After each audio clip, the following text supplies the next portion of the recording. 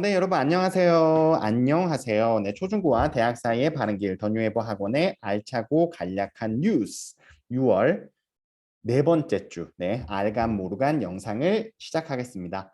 이제 다음 주부터는 6월 1학기 기말고사가 시작이 됩니다.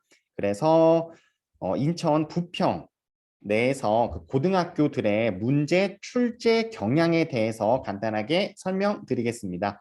중학교와 초등학교는 구제할 필요 없을 것 같아요. 그렇죠? 네, 저희 학원은 초등학교, 중학교, 고등학교를 모두 가르치고 있습니다. 네, 화면 보이시죠? 네, 북악여자고등학교 시험 분석을 2021년 10월 22일 날 저희 학원에서 진행을 했었었는데 오늘 북악여고와 그 다음에 영성고등학교 그 기출 분석을 했었던 거를 기준으로 해서 화면을 보고 설명을 드리겠습니다.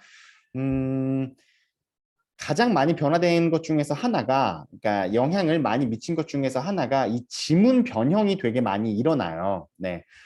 무슨 말이냐면은 고등학교는 중학교와 다르게 그 시험 범위가 되게 많잖아요. 네, 학생들이 중학교에서 그러니까 중학교나 초등학교 학생들이 굉장히 많이 어려워하는 혹은 오해하고 있는 부분 중에서 하나가 중학교 때 공부 열심히 안 하고 고등학교 때 조금 열심히 하면 따라잡을 수 있지 않을까 이런 생각 되게 많이 하는데 안 그래요. 왜냐면 상대적으로 양이 굉장히 많고요. 그리고 고등학교가 그냥 공부만 하는 게 아니라 뭐 수행평가도 있고 뭐 학교 활동도 있기 때문에 그렇게 만만치 않습니다. 자, 어쨌든 그 많은 양들이 그러니까 양이 되게 많기 때문에 한 4년 전만 하더라도 그 지문을 변형시키지는 않았었거든요. 근데 한 2, 3년 전부터 갑자기 이렇게 지문이 있으면은 예를 들어서 이게 그러니까 모의고사가 시험 범위에 들어가는 케이스가 되게 많잖아요. 그래서 모의고사가 이게 원본 지문인데 요 지문을 조금 바꿔놓는 거예요.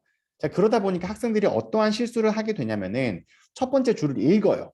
Any goal you said is going to be difficult. 막 읽어요. 읽다 보면은 이거 그 내용 알아. 그리고 바로 이 보기로 내려가서 문제를 풀게 되거든요. 근데 그러면 안 된다고요. 왜? 이 중간 어디에서 변형이 일어나 있을지 모른다는 거예요.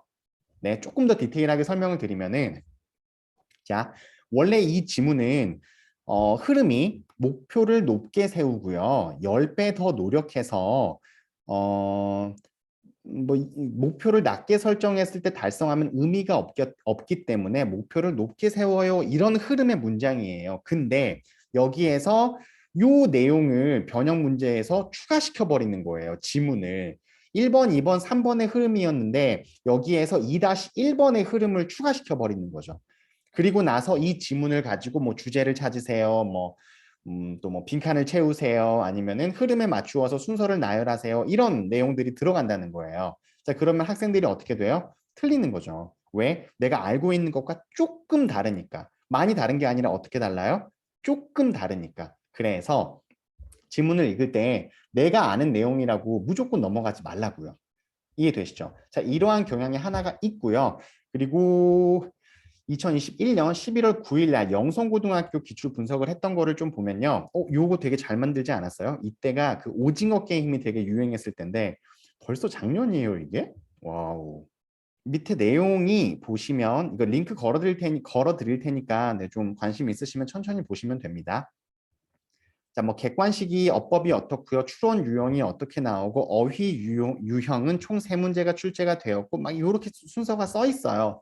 이대로 보시면 되는데 이거를 제가 좀 더 간단하게 설명을 드리면은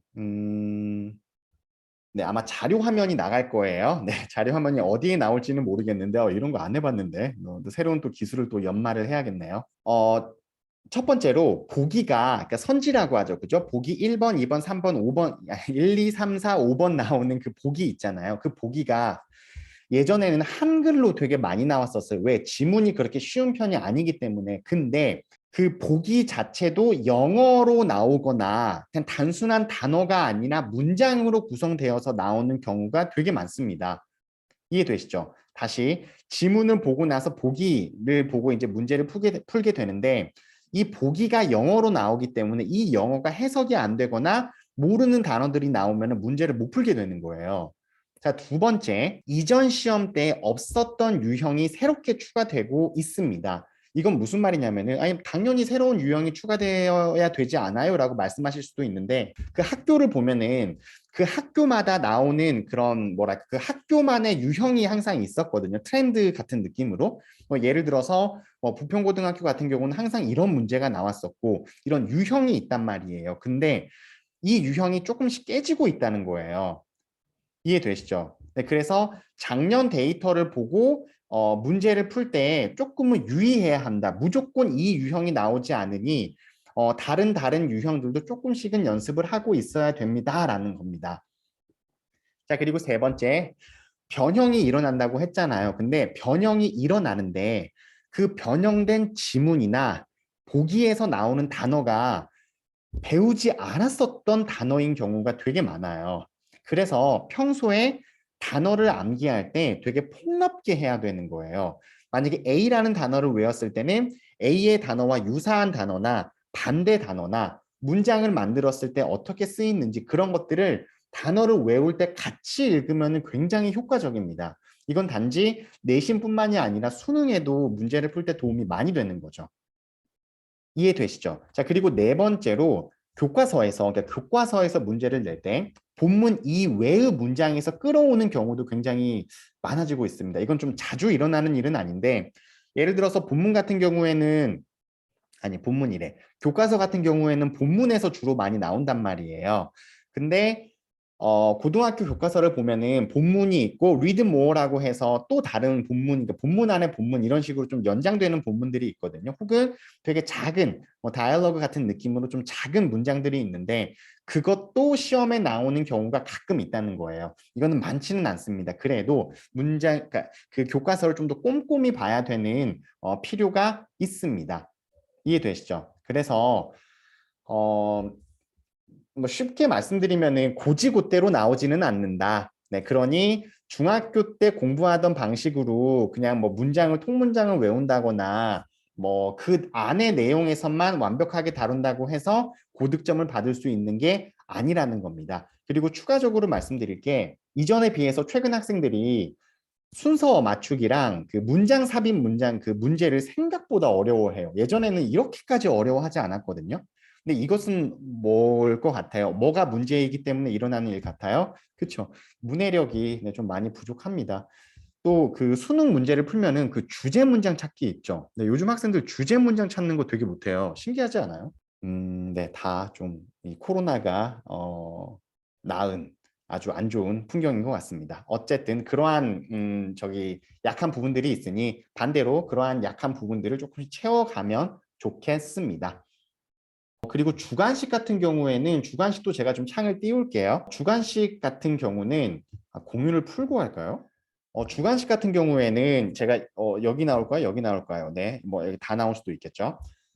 어떤 특정한 단어를 주고 이 단어를 활용하여 뭐 문법 뭐 하나를 준 다음에 뭐 소댓 구문을 활용하여 문장을 만드세요. 뭐 이렇게 나오는 케이스도 되게 많거든요. 자, 그러면 이 단어를 모르는 학생들은 그러니까 특정 단어를 주잖아요. 그 단어를 모르는 학생들은 못 푸는 거예요. 그리고 만약에 문법 용어를 줬는데 그 용어를 모르는 학생들은 못 쓰는 거예요. 소댓 구문이 뭐야? 이렇게 되면은 못 쓰는 거죠. 네, 이해되세요? 그래서 중학교 때, 그러니까 고등학교 때 시험은 중학교에 비해서 문법 문제가 그렇게 많지 않거든요. 왜? 너무 당연한 것처럼 다 알고 있다고 생각하기 때문이에요. 네, 그래서 이러한 문제들도 학교에서 뭐 예를 들어서 소댓 구문에 대해서 안 알려줘요. 네, 그냥 중학교 때 알고 있겠지라고 바로 시험 문제로 버립니다. 네, 근데 모르는 학생들은 다 그냥 쫙쫙쫙 틀리는 거죠. 그리고 하는 말은 뭐예요? 학교에서 안 알려줬어. 안 알려줘요. 학교에서 고등학교는요. 그 시험 범위가 되게 많잖아요. 문제가 만약에 그 지문이 10개라고 하면 뭐 한 100개도 될 때도 있는데 10개라고 하면은 너무 저 학교 선생님들 노력하시는 거 아는데 10개 중에서 7개는 학교에서 같이 해주고요. 3개는 안 풀어줘요. 근데 그런 학교 되게 많아요. 네. 그럼 3개는 어디서 해요? 학원에서 해야죠. 네. 그래서 한 바퀴를 도는 게 되게 버거워하는 학생들도 있고요. 혼자 하는 학생들 같은 경우에는 학원에서 막 이렇게 뭐랄까 몰아치게 하니까 막 2바퀴, 막 3바퀴 이렇게 돌리기는 하는데 중학교에 비해서 그렇게 쉽지는 않습니다. 이해되시죠? 네.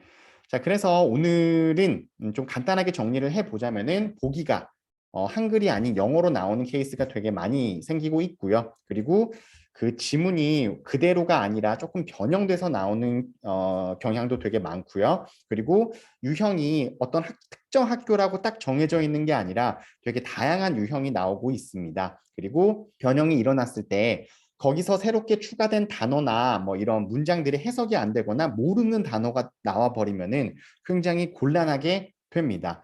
그리고 순서 삽입 문장을 예전에 빈칸 넣기를 힘들어했었거든요. 근데 그건 뭐 그것도 힘들어하는데 추가적으로 더 힘들어하는 게 많아진 거예요. 그래서 다양한 유형을 중학교 때 좀 많이 연습을 해보면 좋겠습니다. 그리고 주관식은 기존 문장을 그대로 통문장으로 외워서 쓰는 게 아니라 어떤 핵심 단어를 가지고 이거를 활용해서 영작을 해보는 연습이 굉장히 많이 필요합니다.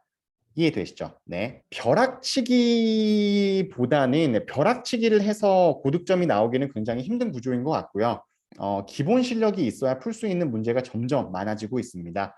그래서 중학교 때 공부하던 양이나 혹은 좀 얇은 집중력 혹은 방법으로는 안 됩니다. 어떻게 비유를 하면 좋겠냐면은 뭐 동네 언덕을 이렇게 등산까지는 아니고 마실 정도 나가는 느낌이었다가 갑자기 암벽 등반을 하라는 느낌이에요. 네. 자, 그래서 중학교, 초등학교 때 암벽 등반을 하라는 게 아니라 동네 마실도 좀 나가봤다가 하루 정도는 혹은 이틀 정도는 한번 암벽 등반도 해보라는 거예요. 네, 그래서 내가 임계점이 어디인지 그거를 한번 자꾸 네, 실험해보는 과정이 있었으면 좋겠습니다. 네.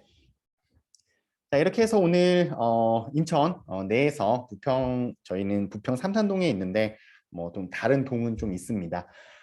에서 그 고등학교 중간 기말 네, 기출고사 문제 출제 경향에 대해서 간단하게 알아보았습니다. 네, 오늘도 아무쪼록 도움이 되셨기를 바라고요. 지금까지 알차고 간략한 뉴스 알간모르간 시간이었습니다. 감사합니다.